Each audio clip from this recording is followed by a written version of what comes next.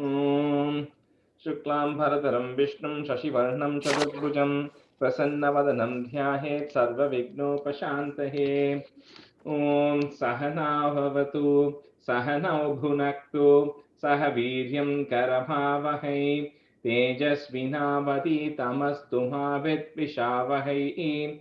ॐ शान्ति शान्ति शान्तिः। अगजानन पद्मार्कं गजाननमहर्निशम् अनेकदन्तं भक्तानाम् एकदन्तमुपास्महे। श्रीमहागणपतये नमः। गुरवे सर्वलोकानां भिषजे भवरोगिणां निधये सर्वविद्यानां श्रीदक्षिणामूर्तये नमः। अस्मद्गुरुचरणारविन्दाभ्यां नमः। वसुदेवसुतं देवं कंसचाणूरमर्दनं देवकी परमानन्दं कृष्णं वन्दे जगद्गुरुं। ज्ञानानन्दमयं देवं निर्मलस्फटिकाकृतिम् आधारं सर्वविद्यानां श्रीहयग्रीवमुपास्महे। श्रीहयग्रीवमूर्तये नमः। सरस्वती नमस्तुभ्यं भरदे कामरूपिणि विद्यारम्भं करिष्यामि सिद्धिर्भवतु मे सदा। श्रीमहासरस्वत्यै नमः। उमाकोमलहस्ताब्जसम्भावितललाटकं हिरण्यकुण्डलं वन्दे कुमारं पुष्करस्रजं। வெற்றிவேல் முருகனுக்கு ஹரஹரோஹரா. லோகவீரியம் மகாபூஜ்யம் சர்வரக்ஷாகரம் விபும் பார்வதி ஹிருதயானந்தம் சாஸ்தாரம் பிரணமாம்யகம். சுவாமியே சரணமையப்பா. வாகர்த்தாவிவ சம்பிரக்தௌ வாகர்த்த பிரதிபத்தயே जगतः पितरौ वन्दे पार्वती परमेश्वरौ। श्री पार्वती परमेश्वराभ्यां नमः। कोमलं कूजयन् वेणुं श्यामलोऽयं कुमारकः वेदवेद्यं परं ब्रह्म तस्मै श्रीगुरवे नमः। अस्मद्गुरुचरणारविन्दाभ्यां नमः। श्रीकृष्ण गोविन्द हरे मुरारे श्रीनाथ नारायण वासुदेव। श्रीकृष्ण गोविन्द हरे मुरारे श्रीनाथ नारायण वासुदेव। श्रीकृष्ण गोविन्द हरे मुरारे श्रीनाथ नारायण वासुदेव। पीताम्बरं करविराजितचक्रशङ्खकौमोदकी सरसिजं करुणासमुद्रं राधासहायम् अतिसुन्दरमन्दहासं वातालयेशम् अनिशं हृदि भावयामि। कृष्णो रक्षतु मां चराचरगुरुः कृष्णं नमस्ये सदा। कृष्णे नैव सुरक्षितोऽहमसकृत् कृष्णाय दत्तं मनः। कृष्णादेव समुद्भवो मम विभो कृष्णस्य दासोऽस्म्यहं। कृष्णे भक्तिरचञ्चलास्तु भगवन्। हे कृष्ण तुभ्यं नमः। श्रीगुरुवायूरप्पा शरणं। नम्राणां सन्निधत्ते सततमपि पुरस्तैरणभ्यर्थितानपि अर्थान् कामानजस्रं वितरति परमानन्दसान्द्रां गतिं च। इत्थं निःशेषलभ्यो निरवधिकफलः पारिजातो हरे त्वं क्षुद्रं तं शक्रवाटी द्रुममभिलषति व्यर्थमर्त्यव्रजोऽयं। श्रीगुरुवायूरप्पा शरणं। श्रीभट्टपादम् अनिशं हृदि भावयामि। वंशी विभूषितकरात् नवनीरदाभात् पीताम्बरात् अरुणबिम्बफलादरोष्टात् पूर्णेन्दुसुन्दरमुखात् अरविन्दनेत्रात् कृष्णात् परं किमपि तत्त्वमहं न जाने। കൈരണ്ടും കൂപ്പി ഞാൻ വീണ്ടുമീറക്കുന്നു നീരജലോചന നിന്നോടായി. ഏതിനു മഞ്ഞനെ കുമ്പിടേണ്ടാത്തോരു രീതിയിൽ നീ എന്നെ പാലിക്കുന്നായി. കൃഷ്ണ ഹരേ ജയ കൃഷ്ണ ഹരേ ജയ കൃഷ്ണ ഹരേ ജയ കൃഷ്ണ ഹരേ. Okay, everyone, I think we have everybody today. So in the case 51, 52, we'll rehearse. So Satya, can you do one of those? And Jayashree, you can pick Who wants to do what?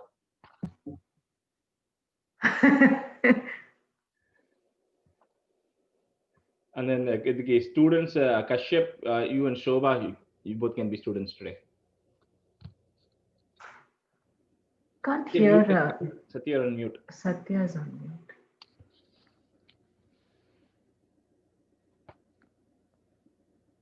Sorry, I said Jayashree, if you want to take anything over there, you can take. Other one I can take.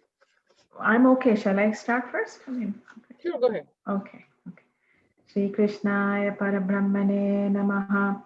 Kadachana Vraja Shishubhis Samam Bhavan Vanashane Vihitamatif Pragetaram Samavrito Bahutaravat Samandalaihi Sate Mane Niragamadish Jamanaihi Viniryatasthava Charanambujadvayat Udanchitam Tribhuvana Pavanam Najaha Maharshayah Pulakadaraikalebharaihi Uduhire Dhritabhavadikshanotsavaha Pracharayatya Virala Shadvaletale Pashun Vibho Bhavati Samam Kumarakaihi Aghasuro Nyarunadaghaya Vartanim Bhayanakasa Sapadishayam Nakakritihi Mahachala Pratimatanor Prasarita Pratitamukhasya Kanane Mukhodaram Viharana Kautakad Gataha Kumaraka Kimapi Viduragetvai. The third line, can you say it again? It's Viharana Kautukad Gataha. Mukhodaram Viharana Kautukad Gataha Kumaraka Kimapi Viduragetvai. Pramadatah Pravishati Pannagodaram Vatattanau Pashupakule Savatsake Vidhannidam Twamapi Viveshita Prabho Suhjanam Visharanam Ashurakshitum Galodare Vipulita Vashmanatvaya Mahorage Lutati Niruddha Marute Ditham Bhavan Vidalita Khanta Mandalo Vimochayan Pashupapashun Vineryayau Shanam Divitvadupagamatamashitam Mahasura Prabhava Maho Maho Mahate Vinirgate Tvaitu Nilina Manjasa Nabasthale Nuturato Jagasuraha Jagussuraha Savismai Kamalak Bhavadibisurahi Anudutastadanugatha Kumarakaihi Dine Punastarunadasham Upeyushi Swakair Bhavanattanuta Bhojanotsavam Vishani Kamapi Muralim Nitambake Niveshayan Kabaladhara Karambuje Prahasayan Kalavachanai Kumarakan Bubujita Tridashaganair Mudanutaha Sukhashanam Tvihatava Gopa Mandale Makashanat Priyamiva Deva Mandale Iti Stutasti Dashavarair Jagatpate Marutpuri Nilayagadat Prapahimam. Good. Anyavatara Nikareshva Nirikshitam te Bhumatirekamabivikshya tadagamokshye Brahma Parikshitu Manasa Paroksha Bhavam Ninyeta Vatsakaganan Pravitatya Mayam Vatsan Avikshya Vivashe Pashupotkaretan Anetu Kama Iva Datrumatanu Tvam Sami Bhukta Kabalo Gatavam Tadanim Bhuktam Stirodita Saroja Bhava Kumaran Vatsa itas tadanu Gopagana itas Tvam Shikya Dibanda Murali Gavaladi Rupaha Pragvat Virutya Vipineshu Chiraya Sayam Tvam Mayayata Bahuda Vrajam Ayayata त्वामेव शिक्य गवलादिमयं ददानो भूयस्त्वमेव पशुवत्सकबालरूपः गोरूपिणीभिरपि गोपवधूमयीभिः आसादितोऽसि जननी विरतिप्रहर्षात् जीवं हि कञ्चिदभिमानवशात् स्वकीयं मत्वा तनूज इति रागभरं वहन्त्यः आत्मानम् एव तु भवन्तमवाप्य सूनुं प्रीतिं ययुर्न कियतीं वनिताश्च गावः एवं प्रतिक्षण विजृम्भित हर्षभार निःशेष गोपगणलालित भूरिमूर्तिम् त्वाम् अग्रजोऽपि बुभुते किल वत्सरान्ते ब्रह्मात्मनोरपि महान् युवयोर्विशेषः वर्षावधौ नवपुरातनवत्सपालान् दृष्ट्वा विवेकम् अश्रुने द्रुहिणे विमूढे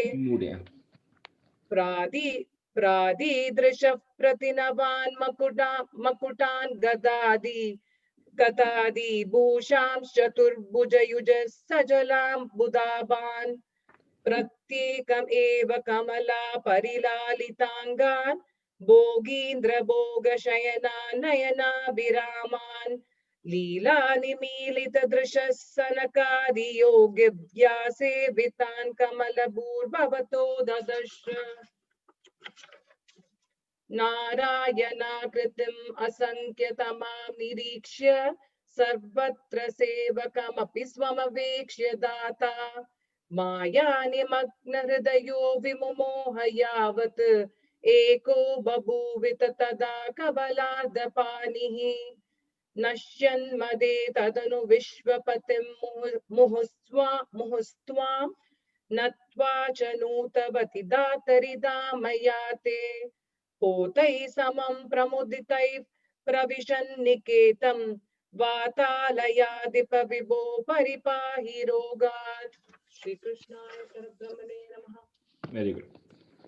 Okay, so today we'll do 54 and the 55 are connected. 54 is the history or the reason behind, who is that Kaliya snake and why that Kaliya snake comes to Yamuna. And 55 is the actual Kaliya Nartanam, right? Okay, so start with 54. Tvatsevodka Saubarirnama Purvam. Ajay, are any students? Oh, sorry, Kashyap and Shobha. त्वत्सेवोत्कः सौभरिर्नाम पूर्वं कालिन्द्यन्तर्द्वादशाब्दं तपस्यन् मीनव्राते स्नेहवान् भोगलोले तार्क्ष्यं साक्षादैक्षताग्रे कदाचित्. So Purvam, at some point long ago, Kalindi is referring to the river Yamuna because it comes from Kalinda mountains. It's as a source. So Kalindi is the name for Yamuna. Sanga Saubarir Nama or sage, one sage by name Saubari. So Dwada Shabdam Tapasyan. So he was performing penance for 12 years in the river, under the water penance. So this is like extreme, severe penance. So it's performing penance under the water for 12 years. Twatsevaha Utsaka. In order to praise you, in order to serve you, he's been doing that penance.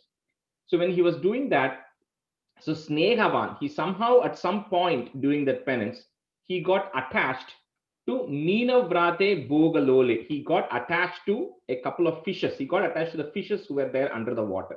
So there were two fishes who were mating and he got triggered by that. And then one day, Sakshad Aikshataagre. So the Garuda one day comes there and then he sees Garuda coming into that water. So in the separate in the Saubari Rishiki, there's a separate story which is not covered in this. So that Rishi, after all this happens, he then goes to the king who was there and asks to marry his daughters, marry Pandran. Then he realizes that that he went into the wrong path. Then he sacrifices everything, goes back. But that is not covered in this. It's just what's going to happen when he sees Garuda come. So Twat Sevotkas Saubarir Nama Purvam, Kalindyantar Dya. So Kalindyantar Dwada Shabdam Tapasyan. Meenavrate Snehavan Bhogalole, comma, Tarkshyam Sakshad Aikshatagre Kadachit. So you can break it there. Sakshad Aikshatagre Kadachit. Tvatsevodkas Saubarirnama Purvam Kalindyantar Dwadashabdam Tapasyan. Meenavrate Snehavan Bhogalole Tarkshyam Sakshad Aikshatagre Kadachit. वत्से वोत्क सौभनिर्नाम पूर्वं कालिन्द्यन्तर् द्वादशाब्दं तपस्यन् मीनव्राते स्नेहवान् भोगलोले तार्क्ष्यं साक्षात् ऐक्षताग्रे कदाचित् त्वत्से वोत्क सौभरिर्नाम पूर्वं कालिन्द्यन्तर् द्वादशाब्दं तपस्यन् मीनव्राते स्नेहवान् भोगलोले तार्क्ष्यं साक्षात् ऐक्षताग्रे कदाचित्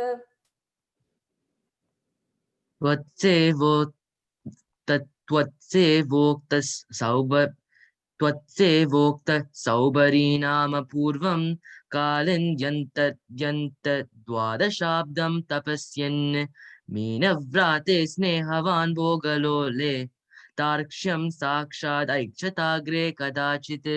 First is Tvat Sevotkas. Tvatsevodkas then there's an extra S, Saubarirnama. Yes, and Tvatsevodkas Saubarir Nama Purvam. Tvatsevodkas Saubarirnama Purvam Kalindyanta Dwadashabdam Tapasyan Meenavrate Snehavan Bhogalole Tarksham Sakshad Aikshitagre Kadachite. Stanza 2. Twadvaham tam sakshudam trikshasunhum meenam kanchit jakshatam lakshayan saha taptaschitte shaptavanatra chetvam jantun bhokta jivitam chapi mokta. So Twadvaham, your one that Krishna rides on, so Vahanam, so it's Garuda here. So having seen that Garuda who was hungry, who had come there, Jakshat Meenam Kanchit, some fish. So Garuda comes one day and he catches some fish. So when that fish gets caught, so now Saubarir Taptas Chitte, he really gets agitated because under the Nare fish and Saubari had got attached to that set of fish. But this one particular fish that Garuda ends up catching that day was like the leader fish at that time. So when Garuda comes and takes off that leader fish, all the other fish are now running without any direction. So he's able to see that. And when he sees that, he gets very agitated, Saubari. And then Shaptavan, he curses Garuda, saying, Jantun Atra Bhokta, if you come to eat creatures, if you come to eat fishes in this river, then Jivitam Chapi Mokta, you will get rid of your life and you'll attain moksha. So essentially, you will die if you come to eat fishes in this thing, right? Now, it's a very sensitive thing, right? Because is Garuda right or is he right? Because Garuda, he eats fishes, right? So fish is the food, so he comes to eat fish. Now he feels attached to the fish. So anyway, so we won't get into that topic there, but he tells Garuda that you can't come here anymore to eat any more fishes. He gives Garuda a curse. So Twadvaham tam sakshudam triksha sunum. Sakshudam triksha sunum, comma. Meenam kanchij anga kutti jerk. So meenam kanchij jakshatam lakshayan saha. Taptas chitte shaptavan atra chetvam, comma, jantun bhokta jivitam chapi mokta. Rajesh, on the second line la meenam kanchit enna sonninga enna tha potrukingala kanchit the word is kanchit. Kanchit is something. Jakshatam. So kanchit plus jakshatam separata sonna it is it, but when you say it together it becomes kanchij jakshatam. that small, because Jakshatam is the next word, half of that becomes the joining letter. Okay. So Kanchij, J, half J. Oh, thank you. Twadvaham tam sakshudham trekshasuhum meenam kanchid jakshatam lakshayan saha taptaschitte shaptavan atra chetvam jantun bhokta jeevitam chapi mokta. Vadvaham tam sakshudham trikshasunuം मीनं कंचित् चक्षतं लक्षयन् सः तप्तश्चित्ते शप्तवानत्र चेत्वं जन्तून् भोक्ता जीवितं चापि मोक्ता त्वद्वाहं तं सक्षुधं तृक्षसूनुं मीनं कंचित् चक्षतं लक्षयन् सः तप्तश्चित्ते शप्तवानत्र चेत्वं जन्तून् भोक्ता जीवितं चापि मोक्ता त्वद्वाहं तं सक्षुदं तृक्षसूनुं मीनं कञ्चिज्जक्षतं लक्षयन् सः तप्तश्चित्ते शप्तवानत्र चेत्त्वं जन्तून् भोक्ता जीवितं चापि मोक्ता त्वद्वाहं तं सक्षुदं तृक्षसूनुं मीनं कञ्चिज्जक्षतं लक्षयन् सः तप्तश्चित्ते शप्तवानत्र चेत्त्वं जन्तून् भोक्ता जीवितं चापि Mokta. Stanza 3. Tasmin kale kaliyah shveladharpat sarparate kalpitam bhagamashnan tena krodat tvatpadham bhoja bhaja pakshakshiptastadurapam payogat. So at that time, this place called as Ramanaka, which is an island. Now some people say Ramanaka is referring to Fiji, but anyway, under the island there were a lot of snakes which used to live in this island called Ramanaka. So this Garuda used to go to that island which was inhabited by snakes. Garuda used to go there, and then he used to eat snakes in that island. So on the island Kalia was the main serpent or main snake in that region. So now Garuda, whenever he used to go to eat snakes, he used to eat some snakes. He used to capture extra snakes, and some he used to eat, some used to go waste. So in the snakes, they decided, every month we'll give you one snake. So you come and then you grab that one snake and then you go. That way he doesn't destroy the rest of the snake population. So they agree on that, and every month Garuda used to come and he used to get one snake. The Kalia was another big snake who was there, who was an extremely poisonous snake. And what this Kalia is to, some snakes eat other snakes. So in the Kalia used to go and consume the snakes which Garuda used to, which they used to keep for Garuda. So here it says, at that time, Kalia Darpat Shvela, Kalia, who was very known for his powerful venom, Ashnan Bhagam, he used to go and eat all the portion which was kept for Garuda. So Kalpitam, so whatever was kept for Garuda. So what happens is one day is Garuda and Kalia, when Garuda sees that Kalia has been eating his snakes, they both get into a fight between the snake and Garuda. And then Garuda, Tvatpadam Bhojaha, so to your lotus feet, Garuda, who's completely devoted, he got angered, and then Krodha, Tena Pakshakshiptaha, with his wings, with his very powerful wings, he goes and hits Kalia, he goes and hurts Kalia. So because of that, Kalia now is afraid of Garuda. So what Kalia then decides is, I cannot fight this person. So he knows somehow that Garuda has been cursed to not come into Yamuna river. So Kalia then comes to Agat, he enters the water of the Yamuna river, Tad Durapam, where Garuda does not have access into. So that's how Kalia ends up into this Yamuna river. So that is stanza 3. That is the backstory of what's happening for Kalia to come here. So Tasmin Kale Kaliyaha, put a comma there, Kaliyaha, Shvela Darpat, comma, Sarparatehe, Kalpitam. So in the Visarga, you can put a ik there to join it. So Sarparate Kalpitam Bhagamashnan, Tena Krodat Twat Padamboja Bhaja. So rendu ittu irukku. Tena Krodat Twat padamboj bhaja comma paksha kshiptas tad durapam payogat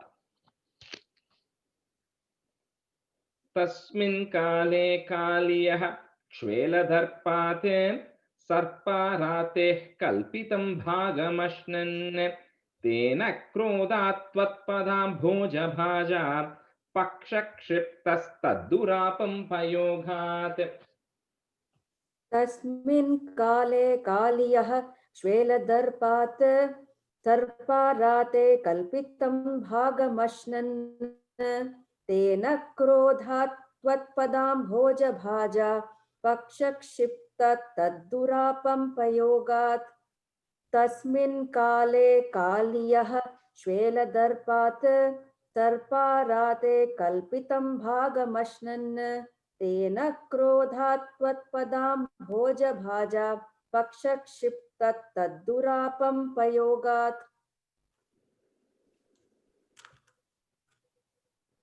तस्मिन् काले कालियः श्वेलदर्पात् सर्पाराते कल्पितं भागमश्नन् तेन क्रोधात् त्वत्पदाम्भोजभाजा पक्षक्षिप्तस्तद्दुरापं पयोगात् तस्मिन् काले कालियः क्ष्वेलदर्पात् सर्पाराते कल्पितं भागमश्नन् तेन क्रोधात् त्वत्पदाम्भोजभाजा पक्षाक्षिप्तस्तद्दुरापं पयोगात् Adish. Mm. So the last line pakshakshiptas and the s irukka tadduropam munadi ஆமா taddurapam munadi. ஆமா Okay, because எனக்கு Kashyap சொல்லும்போது I heard, but Shobha சொல்லும்போது I didn't hear, so that's why I want to know இருக்கா இல்லையா. Oh, really? Shobha சொன்னாலே இல்லையா Yeah, I didn't hear. I mean, maybe it's the no, S. You have it, எங்களோட right, S Shobha? இல்ல. I mean, Kashyap, we don't have S in the version, right? S இல்ல. No. Yeah, so maybe in some versions they must have put pakshakshiptaha அப்படின்னு முடிச்சிருக்காதா yeah ஆமாம் என்னோட bookல ஆஹா yeah போட்டிருக்கு. so maybe there's a joining thing there is then because in some book they don't have the visarga and they put the complete word So is it the ship is solunama shiptas sol? pakshakshiptas Oh, is okay. Because I was thinking why thirk minnadi if the visarga comes also you say is solunama because yeah only because the circ வந்து you don't have the half இது like circ மின்னாடி you have is right correct. மின்னாடி you have thirk அப்படி கிடையாது so third Acha. you put an is Okay, thanks. yeah so that's why some books might have all not put it some books have automatically put it Got thanks. so stanza 4 घोरे तस्मिन् सूरजानी रवासे तीरे वृक्षा भिक्षताः क्ष्वेलवेगात् पक्षिभ्राताः पेतुरभ्रे पतन्तः कारुण्यार्द्रं त्वन्मनस्तेन जातम् so Gore that cruel one which is Kaliya who's very powerful and cruel so Suraja Neera in the river when he now comes into Yamuna and he's now residing in Yamuna Tire Vriksha, the trees which are on the banks of the river Yamuna are Kshwela Vega because of the poison that is, because Kaliya is so poisonous, because of the poison and the heat that is coming from Kaliya, all those trees which are on the banks of Yamuna are beginning to get dry up. So Pakshiv Vrata Petu, the birds which were flying across the river Yamuna, because of the heat of the poison that is coming out, the birds which are flying also end up dying and falling down. The birds fell when they were flying across the sky, across the river Yamuna. So because of this, Tena, Twan Manas Jatam. So your heart, Krishna, because Krishna was now in this thing, right? He was near the Yamuna river. They were living there. So his heart now became Karunyardam, becomes, he melts in compassion because of all these trees drying up, all these birds dying, everything happening because of the poison coming from Kaliya. घोरे तस्मिन् सूरजानीर वासे comma तीरे वृक्षा विक्षताः put a comma there विक्षताः क्ष्वेलवेगात् पक्षिव्राताः इरुक्कु you can put a f there so पक्षिव्राताः पेतुरभ्रे पतन्तः comma कारुण्यार्द्रं त्वन् Manas Tena Jatam. Rajesh second லைன்ல ரெண்டு விசர்கா இருக்கா? இந்த புக்ல எல்லாம் தீரே விருக்ஷாஹா விசர்கா போட்டிருக்கோம், அப்புறம் விக்ஷதாஹா விசர்கா போட்டிருக்கோம். அப்படியே இல்லை, என்னோடதுல இல்லையே. விருக்ஷா ரெண்டு புக் விருக்ஷால இல்லை. புக்ல விக்ஷாக்கு அப்புறம் விசர்கா இருக்கு. ரெண்டு புக்லயும் அப்படிதான் இருக்குங்க, அதனால கேட்டேன். என்னோடதுல இல்லப்பா, இல்ல. இல்லையா? விக்ஷா விக்ஷா தான் இருக்கு, வெறும் plain விக்ஷா தான் இருக்கு. Yeah, so just remove that vrikshaha. When you say as a single word, it will be vrikshaha, but I don't know together why they don't have it here. So you can remove it. என்னோட ரெண்டு புக்ல இருக்குல என்னோடதுல. சரி. Dheere Vriksha விக்ஷதாஹா. So Rajesh, and the vikshataha and the visarga ikka I don't, right? Vikshatak. ஆமா, but the visarga is not there in the book, so I don't know. Oh, சரி, okay. Yeah. ஓ, இந்த புக்ல இருக்கு, விக்ஷதாஹா இருக்கு. I can maybe I'll check on that one to see. இல்ல விக்ஷதாஹா is correct, right? The Vikshataha only is one there, you're yeah, saying is not there is vriksha kapram. Vriksha Vrikshaha. kapra. Yeah, yeah. So vriksha I'll check, okay, in other books in the Portugal. Okay. गोरे तस्मिन् सूरजानीरवासे तीरे वृक्षा विक्षताः क्ष्वेलवेगात् पक्षिव्राताः पेतुरभ्रे पतन्तः कारुण्यार्द्रं त्वन्मनस्तेन जातम्. घोरे तस्मिन् सूरजानीरवासे तीरे वृक्षा विक्षताः श्वेलवेगात् पक्षिव्राता पेतुरभ्रे पतन्तः कारुण्यार्दं त्वन्मनस्तेन जातम्.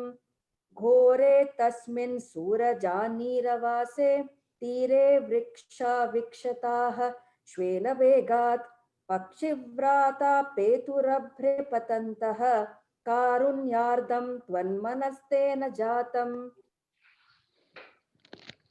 घोरे तस्मिन् सूरजानीरवासे तीरे विक्षा विक्षताः क्ष्वेलवेगात् पक्षिव्राता पेतुरभ्रे पतन्तः कारुण्यार्द्रं त्वन्मनस्तेन जातम्. Second line, तीरे वृक्षा वृ. घोरे तस्मिन् सूरजानीरवासे तीरे वृक्षा विक्षताः क्ष्वेलवेगात् पक्षिव्राता पेतुरभ्रे पतन्तः कारुण्यार्द्रं त्वन्मनस्तेन जातम्. Stanza 5. काले तस्मिन् एकदा सीरपाणिं मुक्त्वा याते यामुनं काननान्तं त्वय्युद्दाम ग्रीष्म भीष्मोष्मतप्ता घोघोपाला व्यापिबन् श्वेलतोयम्. So kale tasmin ekada. So one day like this, one of those days, Tvai yate yamunam. You went to the Yamuna river, which is at the end of the forest. Kanana antam, at the end of the forest, Yamuna river is there. So you, Krishna, you went to that Yamuna river. Muktva sirapanim. So here Bhattacharya says you did not take, Balarama was not there with you. Why was that? My Bhagavata Puranam Saptaham people used to say Balarama is Shesha's avataram and Krishna didn't want to take him because he was going to deal with Kaliya. Exactly. Exactly. Same thing he didn't take for Akasura too. Yes. That exactly. Python. Yes, exactly. For the same reason why normally Balarama accompanies Krishna everywhere, right? But in this case, specifically for the Agasura thing as well as here, specifically says you did not take Sirapanim, you did not take Balarama with you because Balarama is an incarnation of Adishesha, and here Krishna is going to be going and teaching Kaliya lesson and dancing on Kaliya. So he did not want Balarama with him. So Balarama did not go that day. So Muktva Sirapanim, leaving Balarama behind, Krishna then goes to this thing, to the forest. He goes to the Yamuna river along with the Gogopala, along with the cows, and those are by default they are there. So Uddhama Grishma, because of the intense heat of that day, right? Because it was just a hot summer day. So it was a hot day because of the intense heat. So Bhishmoshma Tapta, now everybody's throat is getting parched and they all want to go drink water. So the Gopala, so both the cows and the cowherds, which were now wanting to drink water, Vyapiban Shwela. Shwela is referring to the poison. Shwela Toyam is poisonous water. So they went and they went and drank that poisonous water. So Kale tasmin ekada sirapanim, you can put a plus there, sirapanim muktva yate yamunam kananantam. Tvayuddama, tvai அங்க ரெண்டு யா இருக்கு. So tvayu, again double the, tvayuddama grishma bhishmoshma tapta. Again, if some book might have taptaha, in one book they had taptaha, but Pata majority of the books did not have the visarga there. So you can remove that visarga if you have it in your book. So tvayuddama grishma bhishmoshma tapta, comma, ghogopala vyapiban shvela toyam. Rajesh, Gopala kapram visarga irka. இல்ல சில புக்ஸ்ல இருந்தது. So if you have it, I'm saying just remove it, you don't need it. Majority of the books did not have it, but I know one of the books had it. This is not after tapta, this is after Gopala also Gopala. there is a visarga. Oh, is it? Yeah. இல்லையே. அப்படியா? Okay, maybe it's only in my book. It's in my book also. I think who are Yeah, என்னோடதுல இல்ல ராஜேஷ். அதான் I don't know, like I don't know how it is like so different between these books. So Yeah. yeah, so அந்த ரெண்டு கடைசி ரெண்டு லைன்ல there are no visargas. Okay.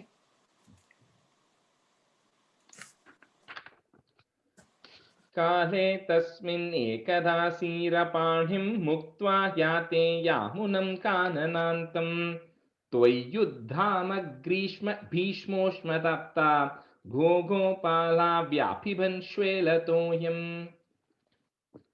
काले तस्मिन् एकदा सीरपानिं मुक्त्वा याते यामुनं काननान्तं त्वय्युद्धाम ग्रीष्म भीष्मोष्ण तप्ता गोपाला व्यापिबन् श्वेलतोयम्. काले तस्मिन् एकदा सीरपानिं मुक्त्वा याते यामुनं काननान्तं त्वय्युद्धाम ग्रीष्म भीष्मोष्ण तप्ता गोपाला व्यापिबन् श्वेलतोयम्. काले तस्मिन्नेकदा सीरपाणिं मुक्त्वा याते यामुनं काननान्तं त्वय्युद्धाम ग्रीष्म भीष्मोष्म तप्ता गोपाला व्यापिबन् श्वेलतोयम्. काले तस्मिन् एकदा सीरपाणिं मुक्त्वा याते यामुनं काननान्तं यामुनं काननान्तं त्वय्युद्धाम ग्रीष्म भीष्मोष्म तप्ता Gopala व्यापिबन् श्वेलतोयम्.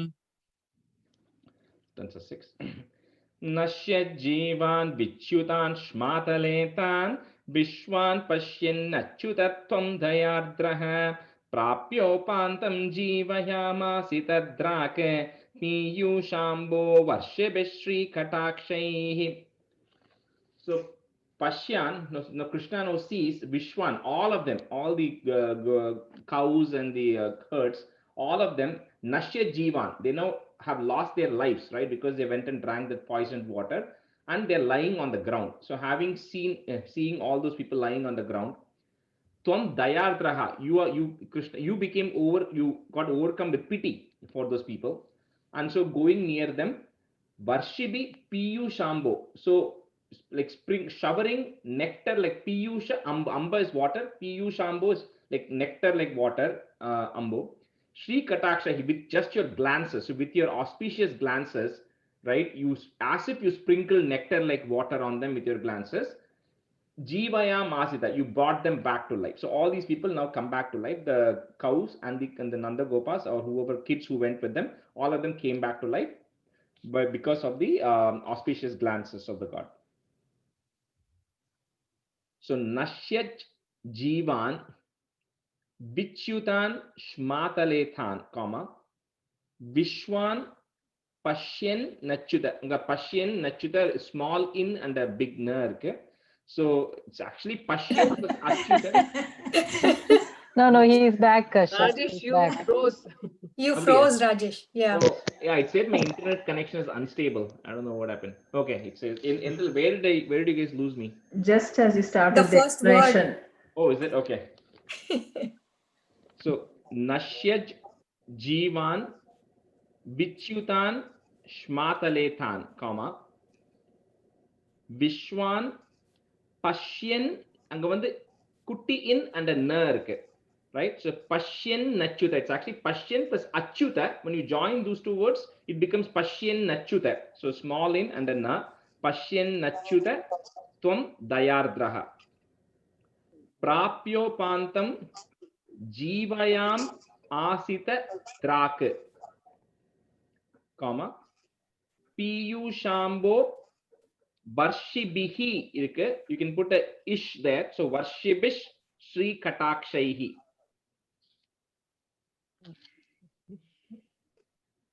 Nashyat Jivan Vichutan Shmataletan Vishwan Pashyan Achyutatvam Dayadraha Prapyopantam Jivayamasi Tadrake Piyushambo Varshyabhishri Katakshaihi. नश्य जीवान् विच्युताक्ष्मातलेतान् विश्वान् पश्यन्नच्युत त्वं दयार्द्रः प्राप्योपान्तं जीवयामासि तद्राक पीयूषाम्बो वर्षिभिः श्रीकटाक्षैः नश्य जीवान् विच्युताक्ष्मातलेतान् विश्वान् पश्यन्नच्युत त्वं दयार्द्रः प्राप्योपान्तं जीवयामासि तद्राक पीयूषाम्बो वर्षिभिः श्रीकटाक्षैः.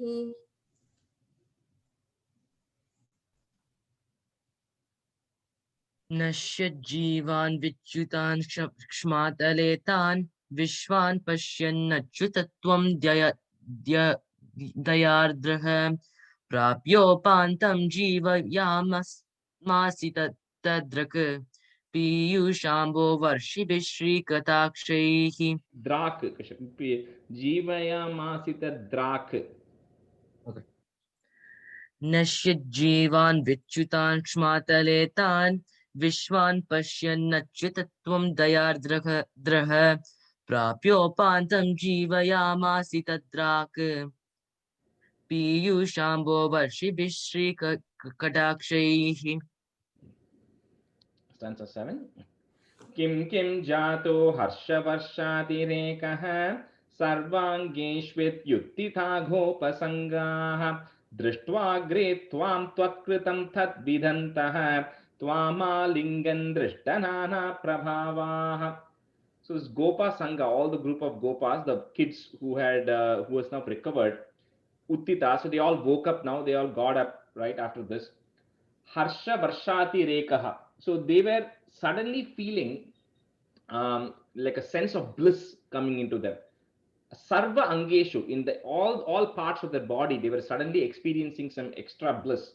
So Kim Jataha. So what all what happened, right? Seeing you in front, Drishtva Tvam. So seeing you in front, and having seen Drishta Nana Prabhavahan, these kids have actually seen all the glory. So anytime when the Maram, when the thing got separated and when all these things happened, the kids actually noticed it, but the other older people didn't believe the kids. So the kids somehow feel that Krishna is special. So having seen all what has been done by you before, and now suddenly feeling an extra level of energy in them, so they start realizing that Tvatkritam, they realize that it is because of you that they are actually have recovered. They realize that, and Tvam Alingan, and they all went and hugged the Lord here.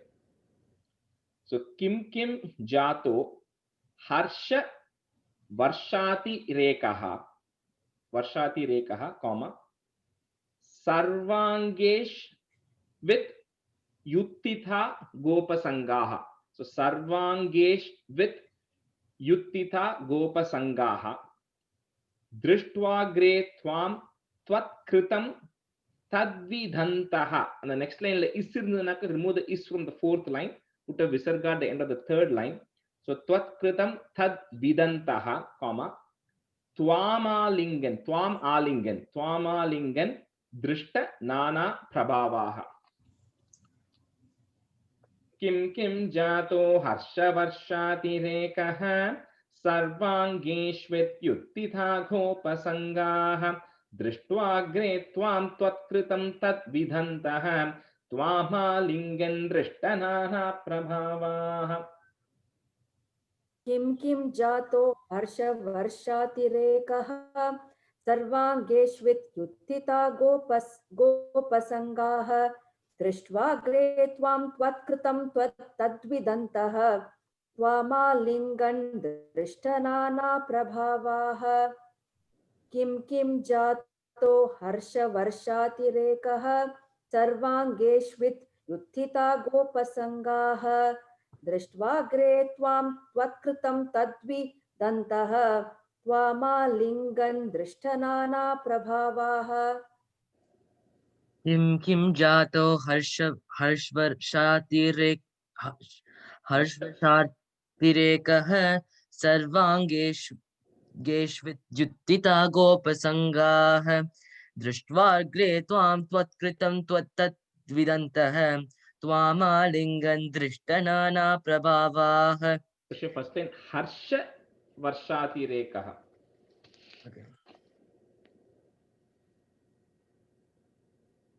किं जातो हर्षवर्षातिरेकः सर्वाङ्गेष्विद्युत्थिता गोपसङ्गाः दृष्ट्वाग्रे त्वां त्वत्कृतं तद्विदन्तः त्वामालिङ्गन् दृष्टनाना प्रभावाः.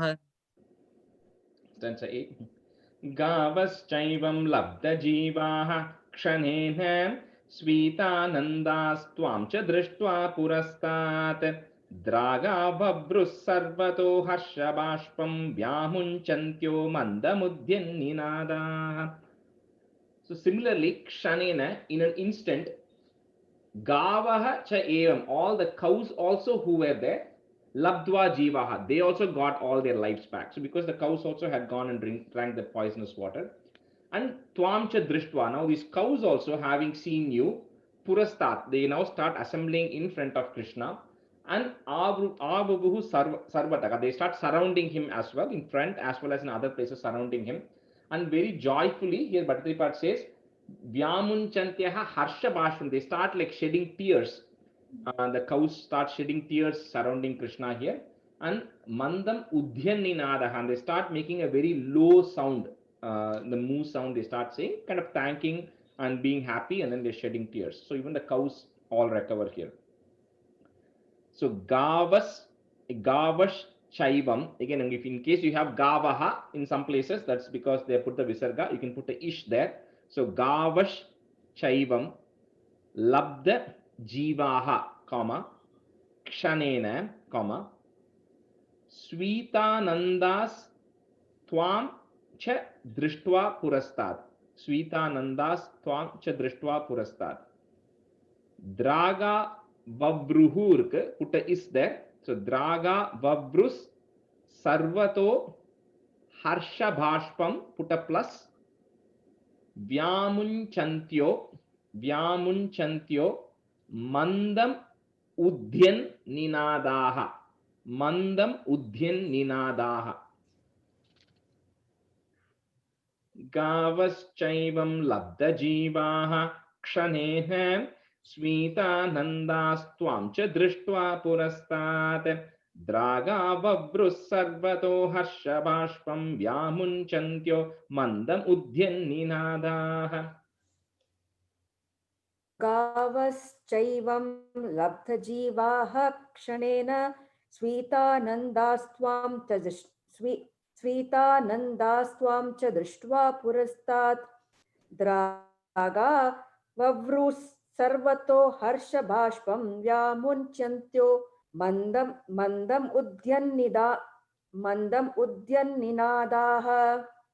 गावश्चैवं लब्धजीवाः क्षणेन स्वीतानन्दास्त्वां च दृष्ट्वा पुरस्तात् द्रागा वव्रुः सर्वतो हर्षबाष्पं व्यामुञ्चन्त्यो मन्दम् उद्यन्निनादाः.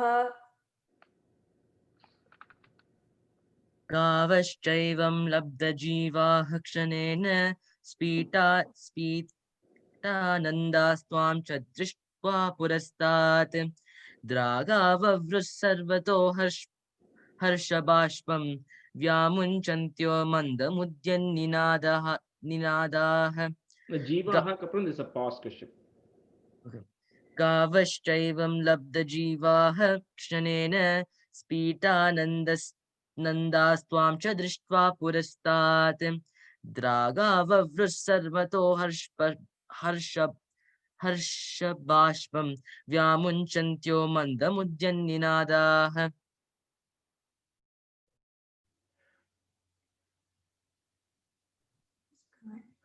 Sorry, I was on mute. Stanza 9. Romanchoyam sarvato na sharire bhuyasyantah kachidanandamurchya ascharyoyam shvela vego mukunde tyukto gopairnandito vandito bhuhu. So now these Gopa boys are telling, "Oh Mukunda, I am romanchaha," this feeling of this excitement that I am now feeling in my body, right? Because they are now having that extra bliss. This feeling that I'm getting, sarvata na sharire, all over my body, this feeling I'm doing it is very intense.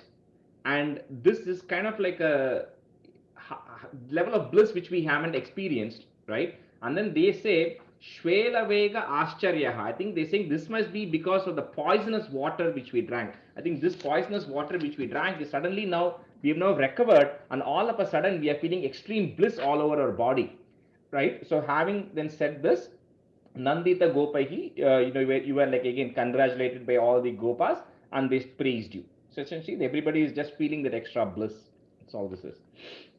So Romanchoyam Sarvato Naha Sharire. You can put a ish there. So Nash Sharire, comma. Bhuyas Yantah. You can put a ik there. So Bhuyas Yantah Kachidananda Murchya. Kachidananda Murchya. Rajesh, Huh. Murchava Murcha. Murcha. Yeah. I'm wrong. So Kachidananda Murcha. Ascharyoyam Shvela Vego Mukunde, put a plus there. Tyukto Gopair Nandito Vandito Bhuhu. Rajesh, in the book, Mukundeti potirukku. Mukundeti. Because on the Mukundeti and they must have put Ukto then in the next line, right? Correct. Yeah. Correct. So because what they have done is they have just broken that word as two different words. Because we are joining it, the Mukundeti plus Ukto is Mukundetyukto. Oh, okay. Just a Sandhi Got thing. it. Thank you. So if you want, because we're saying it together, it will be Mukundetyukto. Okay, thank you. Romanchoyam sarvato nasharire bhuyasyantah kachidanandamurchya ascharyoyam kshvela vego mukundetyukto gopairnandito vandito bhuhu. Romanchoyam sarvato nashharire bhuyasyantak kachidanandamurcha ascharyoyam kshvela vego mukundetyukto gopai nandito vandito buhu. Romanchoyam sarvato nashharire bhuyasyantak kachidanandamurcha ascharyoyam kshvela vego mukundetyukto gopai nandito vandito buhu. Bhuhu. Vandito buhu. रोमाञ्चोऽयं सर्वतो न शरीरे भूयस्यन्तः काचिदानन्दमूर्छा आश्चर्योऽयं क्ष्वेलवेगो मुकुन्देत्युक्तो गोपैनन्दितो वन्दितो भूः रोमाञ्चोऽयं सर्वतो न शरीरे भूयस्यन्तः काचिदानन्दमूर्छा आश्चर्योऽयं क्ष्वेलवेगो मुकुन्देत्युक्तो गोपैनन्दितो वन्दितो भूः. So in some books, right, when the publishers are publishing, they decide to, we don't know what the original version looked like, right? If in the Mukundetyukto, Mukundeti Ukto, right, we don't know what the original version was. So when people start publishing, some people might take a liberty of joining it, or some people may take a liberty of separating it, right? So some of these books, some of these things are all different, but it all essentially is the same thing, so it shouldn't matter there. Stanza 10. एवं भक्तान् मुक्तजीवानपि त्वं मुग्धापाङ्गैरस्तरोगांस्तनोषि तादृग्भूतस्वीतकारुण्यभूमा रोगात्पाया वायुगेहादिवास. So evam, in this way, right, bhaktan, to all your devotees. So here Bhaktipad is wrapping up this chapter. They're saying, in this way, to all your devotees, mukta jivanapi, even though they had all lost their lives, right? Asta rogan tanushi, you got rid of all their diseases and got them back to life. Some mugda pangai, just with your glances, just with your charming glances, right? So all these Gopa kids, they actually lost their lives. So you were able to recover all of them back just with your glances. O Karunya Bhuma, who person who is full of compassion, Rogat Paya, just release me of the diseases that I have. Vayu Geha Divasa, O resident of Guruvayu. So they have all lost their lives and you were able to get rid of that. All I have is just this Vata Rogam, right, which I'm suffering from. So please help me also in a similar way. This chapter is done. Rajesh, and the last line is Vayuge Hadi. Hadi another? Natha or Yeah, Vasa, Natha, Vasa means the same thing. The weird thing is, in the Sanskrit, Natha English Vasa. So that's the weirdest thing. Like... I mean, it means the same thing. Vasa is a Gehadi, Vasa is a resident of it, Natha is the lord of that place. Lord of it, yeah. But Ore book with Sanskrit Tani, English Tani, so it's so weird. English, English and Natha than where other Sanskrit books Sanskrit book Sanskrit Natha potirukku. Okay, so I can change mine to Natha, no worries. So you can just change it to Vayu Gehadi Natha. Natha. Second tha, right? The second tha. Yeah. So evam bhaktan mukta jivan apitvam, comma mugda pangair asta rogams thanoshi. Mukta pangair asta rogams tanoshi tadruk bhuta swita karunya bhuma. ஏன் வேற மாதிரி இருக்கா சத்தியவனோடதுல பூத்தஹ இருக்கா இல்ல என்ன சொன்ன ஸ்வீதா எனக்கு ஸ்பீதன்னு இருக்கு என்ன வேர்ட் சொன்ன ஸ்வீத ஸ்வீத ஓ ஸ்வீ எஸ் டபிள்யூ எங்க ஸ்பீதன்னு இருக்கீங்க எஸ்வி எங்களுக்கு ஸ்வீட் இருக்கு ஸ்வீ it's a fur, yeah, so it's a speed. It's speed. The half ph correct, yeah, ph. Because I heard a sweet and a carliman. No, not va. It's okay. Pa. The ph. Yeah. Okay. So tadruk bhuta spita karunya bhuma, comma rogat paya vayu gehadi natha. And Rajesh, on the second line, mukta pangai and the h kapra the visarga irka, because how do you join that and astarogam did you see? Because some book might have mukta pangaihi apdin potrpa. The people who would have joined it would have a ra there. Ra there, okay. Ra. That's why. So that's what I did was, instead you can either put a mukta pangaihi astarogam sanoshi is one way, but if you want to say it together, it will be mukta pangair ir pangair astarogam sanoshi. Evam bhaktan mukta jivanapitvam mugda pangairastarogam stanoshi tadrugbhuta sphita karunya bhuma rogat paya vayu gehadinatha. एवं भक्तान् मुक्तजीवानपि त्वं मुग्धापाङ्गैरस्तरोगान् स्तनोषि तादृग्भूतस्वीतकारुण्यभूमा रोगात्पाया वायुगेहाधिनाथ. एवं भक्तान् मुक्तजीवानपि त्वं मुग्धापाङ्गैरस्तरोगान् स्तनोषि तादृग्भूतस्वीतकारुण्यभूमा रोगात्पाया वायुगेहाधिनाथ. एवं भक्तान् मुक्तजीवानपि त्वं मुग्धापाङ्गैरस्तरोगान् Pangai. It's not pangair. Pang, pa, Wow.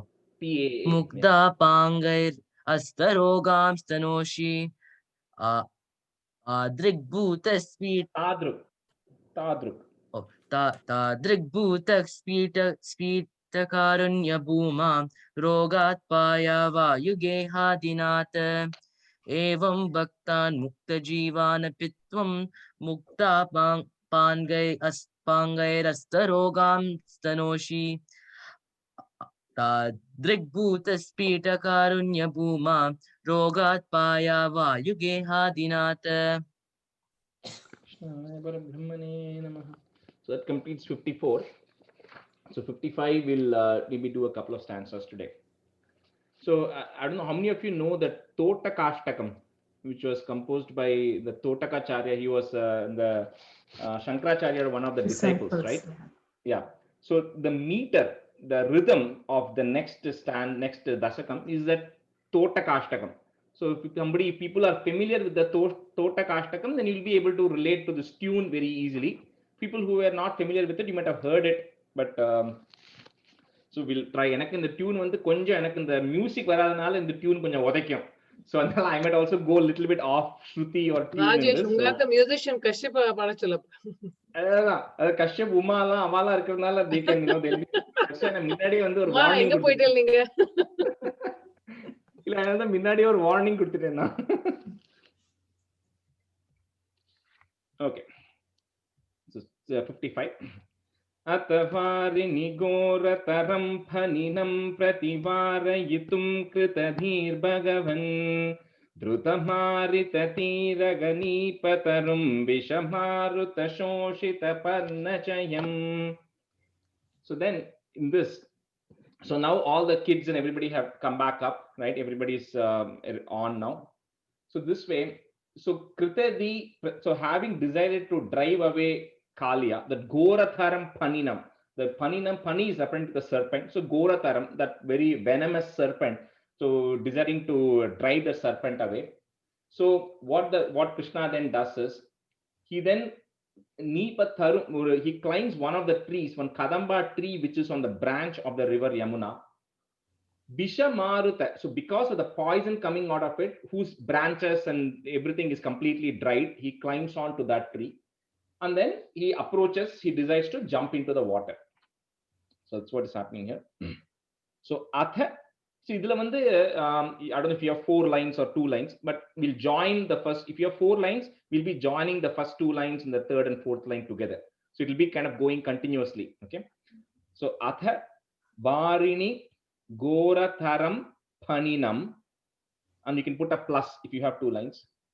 Prati Varayitum Kritadhir Bhagavan Drutam Arita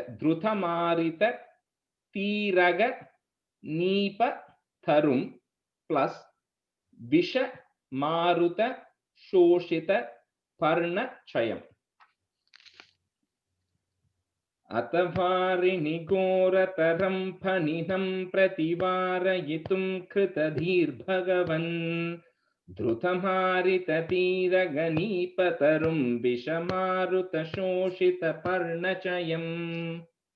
இது ஏதோ பாலாஜியோட ஒரு song இருக்கு. ஆமா, அந்த Suprabhatam, right? Suprabhatam, yeah. Suprabhatam. Yeah. I think this meter is that Totaka meter. Correct. That's what people use it for different. Suprabhatam Vardhan. Yeah. I don't know. I'll sing like a Suprabhatam tune. I don't know. It's whatever tune. Okay. अथवारिनिघोरतरं फनिनं प्रतिवारयितुं कृतधिर्भगवन् द्रुतमारिततीरगनीपतरुं विषमारुतशोषितपर्णचयम्. अथवारिनिघोरतरं फनिनं प्रतिवारयितुं कृतधिर्भगवन्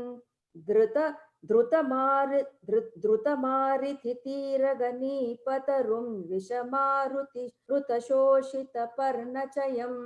So when the 3rd line, Drutamaritha. நான் என்ன சொன்னேன்? I know வேற என்ன சொன்ன மாதிரி இருந்தது, but just make sure. Drutamarithatiraganipatarum. Yeah, correct. Oh, okay.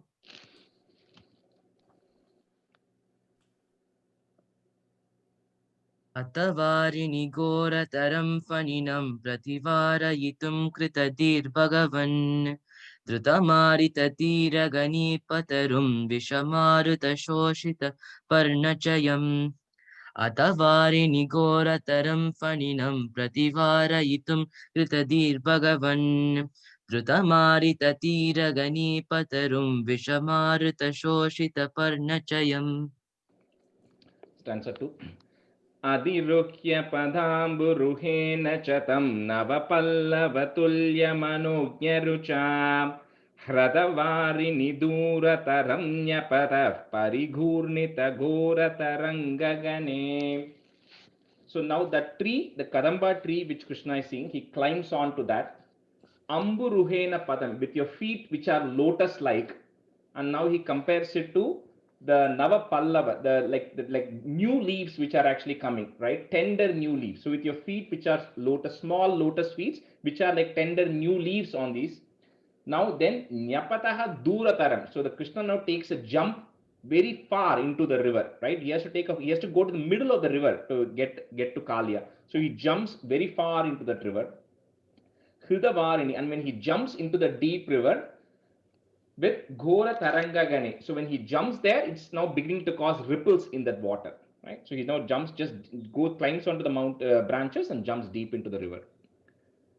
Adi Ruhya, a half ha. Adi Ruhya Padambu Ruhena Cha Tam plus Nava Pallava Tulya Manognya Rucha. Hrada Varini Durataram Nyapataha irukku. You can put a F there to join with the next word. So Nyapatah Parigurnita Gora Taranga Gane. Adirukya Padambu Ruhena Chatam Navapallavatullya Manognya Rucha Hradavari Nidurataram Nyapatah Parigurnita Goratarangagane. Hey Rajesh, எனக்கு ஹிருதன்னு இருக்கு, ஹ்ரதவா? Hra, not hr. Okay. So H-R-A. Hra. Okay.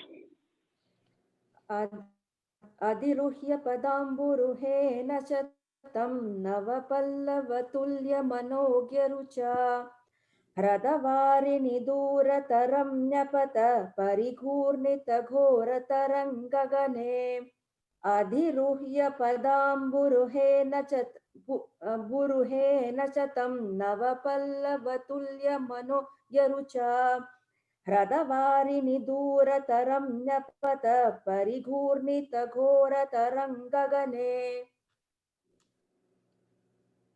Adiruhya padamburuhena chatam navapallavatullya manognarucha Hradavari nidurataram nyapata parigurnita goratarangagane Adiruhya padamburuhena chatam navapallavatulya manognarucha Hradavari nidurataram nyapata parigurnita goratarangagane. Stanza 3. Bhuvanatraya bhara brito bhavato guru bhara vikampi vijrumbi jala parimajjayate smadhanushatakam tatini jhatitisputa goshavati. So Traya Bhuvana Bharam. So you who is carrying the weight of all the three worlds. So when that Krishna was carrying the weight of all the three words, now which is now immense weight, Guru Bhara Bhavataha, now all the entire weight of the entire three worlds now jumps into the river.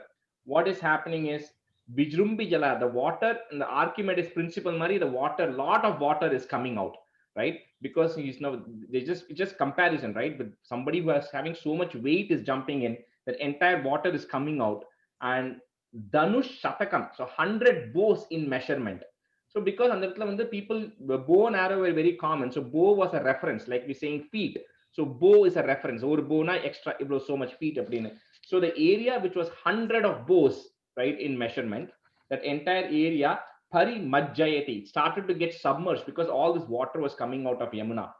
and then Tatini Jatiti. And now all of this, it becomes a river bed. The river bed which was there, it all now becomes filled with water. Sputa Ghoshavati, and that is also creating a loud roar because of the sound. When Krishna jumped into the water, it creates a very loud roar. Bhuvana Traya Bhara Britho Bhavato plus Guru Bhara Bikampi Bijrumbi Jala Parimajjayati Sma Dhanush Shatakam plus Tatini Jhatiti Sputa Goshavati. Bhuvanatra bhara bhrutho bhavato guru bhara vikampi vijumbi jala parimajjayate smadhanushatakam tatini jhatite sputa ghoshavati. भुवनत्रयभारभृतो भवतो गुरुभारविकम्पि विजृम्भिजला परिमज्जयति स्म धनुष्शतकं तटनी झटिति स्फुटघोषवती. So a second. Tatini is a long knee. Tatini jatiti is a short t. Okay. भुवनत्रयभारभृतो भवतो गुरुभारविकम्पि विजृम्भिजला परिमज्जयति स्म धनुष्शतकं तटनी झटिति स्फुटघोषवती. Tatini. Yeah. Okay. भुवनत्रयभारभृतो भवतो गुरुपारविकम्पि विजृम्भि जला परिमज्जयति स्म धनुष्शतकं तटिनी जटिति स्फुट घोषवती. भुवनत्रयभारभृतो भवतो गुरुपारविकम्पि विजृम्भि जला परिमज्जयति स्म धनुष्शतकं तटिनी जटिति स्फुट घोषवती. Jatiti, Thi. Okay. And then it's not a long T. So you should be Tatini Jatiti Sfutago Shavati. So take the T down. Jatiti Sfutago Shavati. Stanza 4. Ata dikshu vidikshu parikshu bita bramito daravari ninada bareihi. Udakadu raghadi padestwadupanta mashanta rushandamana.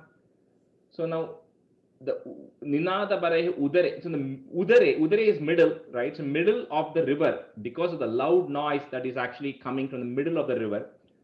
So parikshubita bramit, it's creating turbulence all over, right? Because of the heavy weight that landed in the middle of that river. So atta dikshu vidikshu. So in all directions, dikshu vidikshu. Dikshu is referring to directions. Directions are north, south, east, west.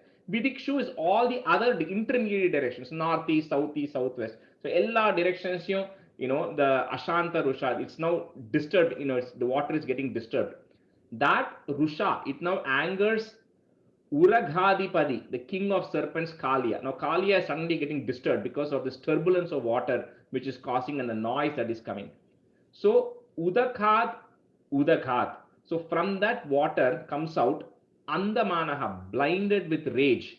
Right? Kalia comes out of the water completely blinded with rage.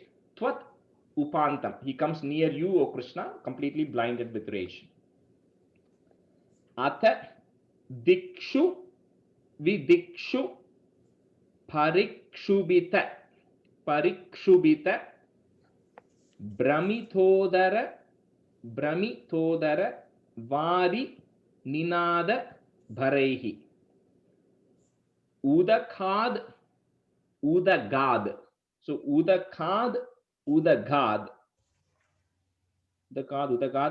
Uraghadi Patis, Pati, and if you have next line, Isla armature, you can join that is with the third line. So it'll be easy to say. So Udagad, Uraghadi Patis, Twadupantam Ashanta Rushanda Manaha. Twadupantam Ashanta Rushanda Manaha. The only correction is you join the is with the third line, otherwise it just flows. Rajesh இதுல வந்து பத்திஸ் துவத் உபாந்தன்னு போட்டிருக்கா. அப்படி that's not how it is. Twad upanta. Twadupanta. Okay. Yeah, it's just joined அவ்வளவுதான். Twad upanta, twadupanta. Twadupanta, twadupanta. Dava, tava. The, அது வந்து when you join it, it becomes the. When you are separating it, it is twat plus upanta. Okay. But when you join it and become a sandhi, it becomes twadupanta. Okay. Twadu. So when you're saying it together, you say it as twadupanta. But if you want to break it and like say it in words, it will become twat upanta. Okay. Okay, but நம்ம change சொல்றதுனால twadupanta, the. Okay. And the third line எப்படி போறது? Udagad. Can you repeat that? Udagad. Again, அதுவும் it's udakat plus udagat.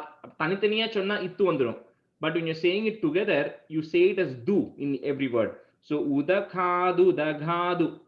So say that do mari, or if you want to say it as do, that's also fine. Like edu easier இருக்குன்னு பாருங்க. It will be like udakadu, dagadu. Oh, udagadu. Yeah, udakadu, dagadu, ragadipadi. Uragadipatis, right? Patis. Okay. Okay. So I think it's a matter of whether you are breaking those words or saying it together. That's the only difference. But because we have the tuna cholumbodi, we'll join those words, right? So you say it as udakadu, dagadu. As faster chonna, the difference theriyadhu adula. Okay. It'll be little. Okay, trial. Okay. Sorry. Atadikshu vidikshu parikshu bita bramithodaravari ninadabarehi.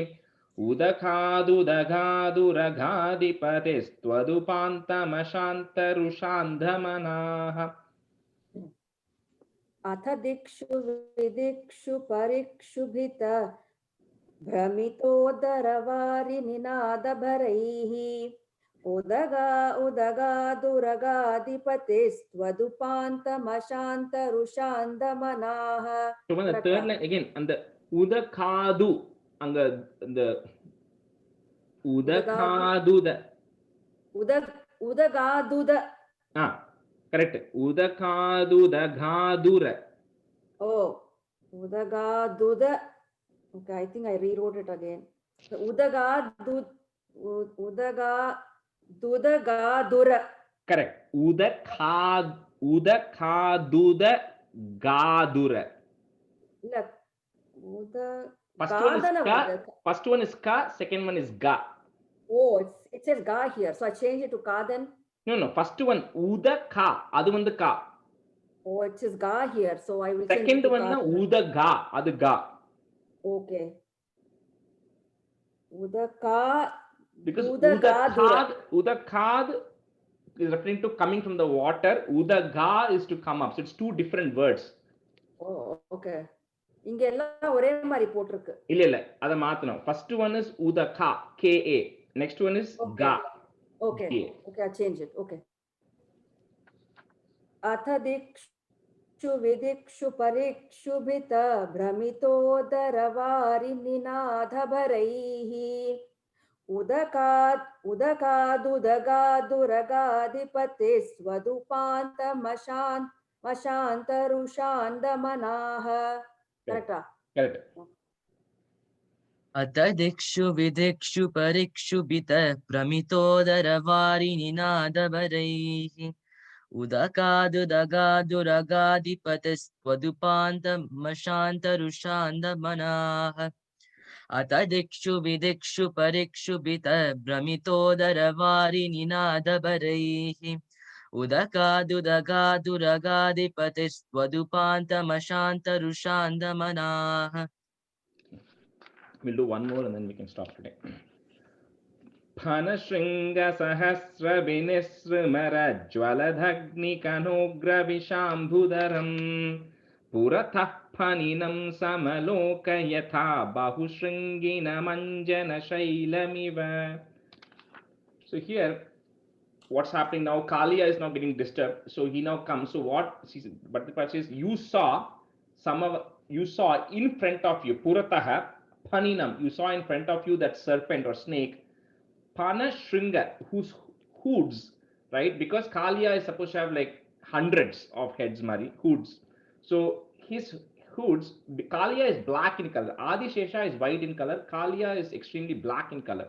So here they're saying whose hoods were like peaks, right? As if Anjana Shailam, as if a black mountain has come up, and the black mountain has many peaks. So similarly, Kalia comes up as a black, big black serpent with multiple hoods, which are like multiple peaks of a mountain. And all of these are thousands of these Sahasra, thousands of these are emitting Jwaladagni Khana. They're emitting fire. Avlo poison is coming out of when the Kalia's mouth is open, that it is as if fire is coming out, as well as Ugra Visham, as well as very poisonous fluid is coming out. So that is the amount of poison that is coming out of Kalia, and Kalia comes out of water and is comparing it to a black mountain which has got thousands of peaks. So Pana, Shringa, Sahasra, Vinis, Srimara, Srimara plus Jwaladagni, Khanogra, Vishambudaram. Pana, Shringa, Sahasra, Vinis, Srimara, Jwaladagni, Khanogra, Vishambudaram. Purataha, so you can put a F there. Puratah, Paninam, Samalokayatha, Bahu, Shringinam, Anjana, Shailam Iva. Bahu Shringinam, Anjana, Shailam Iva. Pana Shringa Sahasra Vinisrimara Jwaladagni Kanogra Vishambudaram Puratah Paninam Samalokayata Bahu Shringinam Anjana Shailamiva. Panashringa Sahasra Vinisrimara Jwaladagni Kanogra Vishambudharam Purata Faninam Samalokayatha Bahushingina Manjana Shailamiva. Panashringa Sahasra Vinisrimara Jwaladagni Kanogra Vishambudharam Purata Faninam Samalokayatha Bahushingina Manjana Shailamiva. Panashringa Sahasra Vinisrimara Jwaladagni Kanogra Vishambudaram Puratapaninam Samalokayata Bahushringina Manjana Shailamiva. The third line is Samalokayatha. Ends with A. Panashringa Sahasra Vinisrimara Jwaladagni Kanogra Vishambudaram Puratapaninam Samalokayata Bahushringina Manjana Shailamiva. So we'll stop here for today. So because these are small chapters, I think every 2 classes we'll be finishing like 3. So once we finish like 20, I don't know how much, I think 20 comes around the Kamsa and the Samayata 20 mudiyadhu nenikiren. So when we finish 20, then we'll take maybe 1 or 2 classes to rehearse. Then we'll only have 9 more left. Uma, I think you're saying something which you're on mute. Yeah, I think at the end of this chapter, we are halfway through this session, Nanikire, because we had about 29 or 30 chapters identified. 29, Idu pannitaka 15 aidum Nanikire. Because we already did one rehearsal on the December 25th. We can go 5 more chapters. Sure. Another 3 classes, we'll finish 5 more. And then after this, there are 15 chapters remaining. Yeah, so it's like halfway through, right? Halfway through, yeah. Did we do 2 extra more than what was listed in that 29, right? No, I think 29 is, I might have removed or added something. So I will send you an updated list. I think what it did was, I removed 13. 1 chapter and I added 13 under. Yeah. I maybe did an extra swap. So I'll send you the updated list, but the final list was 29 chapters. Okay. I saw 51, 52 was not there in the list that you had sent. Correct. I wanted to cover that one. So we are done. Rajesh, did you even send? I don't even have the second set of list of things that I'll send it today. Thank you. Because we had done 21 in the first round, I picked 29 for the second round. Okay. Thank you. सान्ध्वानन्दावबोधात्मकमनुपमितं कालदेशावधिभ्यां निर्मुक्तं नित्यमुक्तं निगमशतसहस्रेण निर्भास्यमानम् अस्पष्टं दृष्टमात्रे पुनरुरुपुरुषार्थात्मकं ब्रह्मतत्त्वं तत्तावद्भाति साक्षात् गुरुभवनपुरे हन्त भाग्यं जनानाम् कायेन वाचा मनसेन्द्रियैर्वा बुद्ध्यात्मना वा प्रकृते स्वभावात् करोमि यत् सकलं परस्मै नारायणायेति समर्पयामि. Thank you, Rajesh. Thank you, Rajesh. Thank you, Thank you. Rajesh. Thank you. Thank you very much. Thank you, Bye, everyone. everybody.